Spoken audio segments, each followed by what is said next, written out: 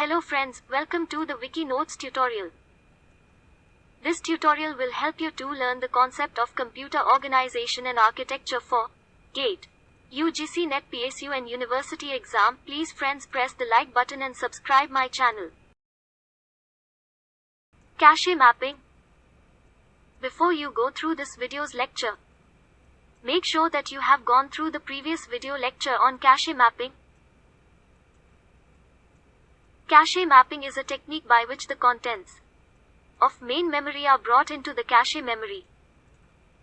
Different cache mapping techniques are direct mapping, fully associative mapping, K-way set associative mapping.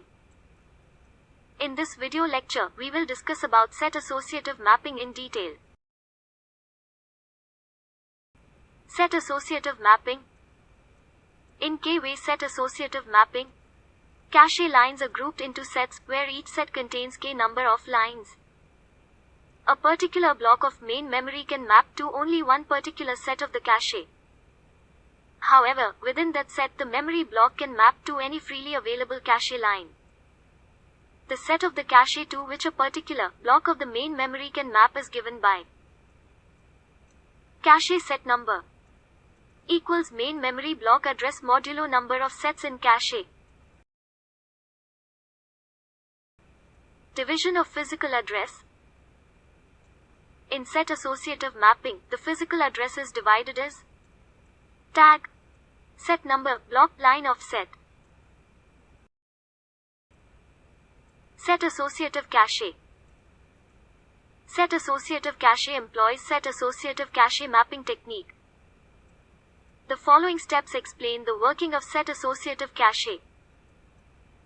After CPU generates a memory request, the set number field of the address is used to access the particular set of the cache. The tag field of the CPU address is then compared with the tags of all k lines within that set. If the CPU tag matches to the tag of any cache line, a cache hit occurs. If the CPU tag does not match to the tag of any cache line, a cache miss occurs. In case of a cache miss, the required word has to be brought from the main memory. If the cache is full, a replacement is made in accordance with the employed replacement policy. Implementation. The following diagram shows the implementation of two-way set associative cache. For simplicity, this diagram does not show all the lines of multiplexers. The steps involved are as follows. Step 1. Each multiplexer reads the set number from the generated physical address using its select lines in parallel. To read the set number of S bits, number of select lines each multiplexer must have equals S. Step 2. After reading the set number, each multiplexer goes to the corresponding set in the cache memory. Then each multiplexer goes to the lines of that set using its input lines in parallel. Number of input lines each multiplexer must have equals number of lines in one set. Step 3. Each multiplexer outputs the tag bit it has selected from the lines of selected set to the comparators using its output line. Number of output line in each multiplexer equals 1. It is important to understand, a multiplexer can output only a single bit on output line. So, to output one complete tag to the comparator, number of multiplexers required equals number of bits in the tag. If there are k lines in one set, then number of tags to output equals k. Thus, number of multiplexers required equals number of lines in one set, k, into number of bits in the tag. Each multiplexer is configured to read the tag bit of specific line at specific location. So, each multiplexer selects the tag bit for which it has been configured and outputs on the output line. The complete tags as whole are sent to the comparators for comparison in parallel. Step 4.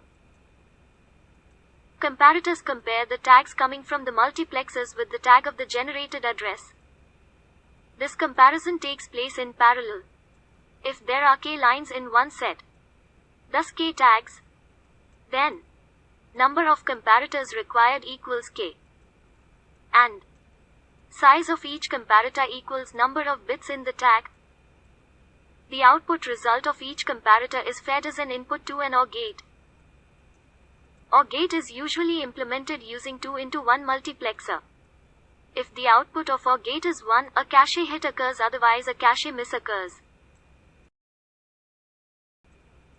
Hit latency. The time taken to find out whether the required word is present in the cache memory or not is called as hit latency. For set associative mapping, hit latency equals multiplexer latency plus comparator latency plus OR gate latency.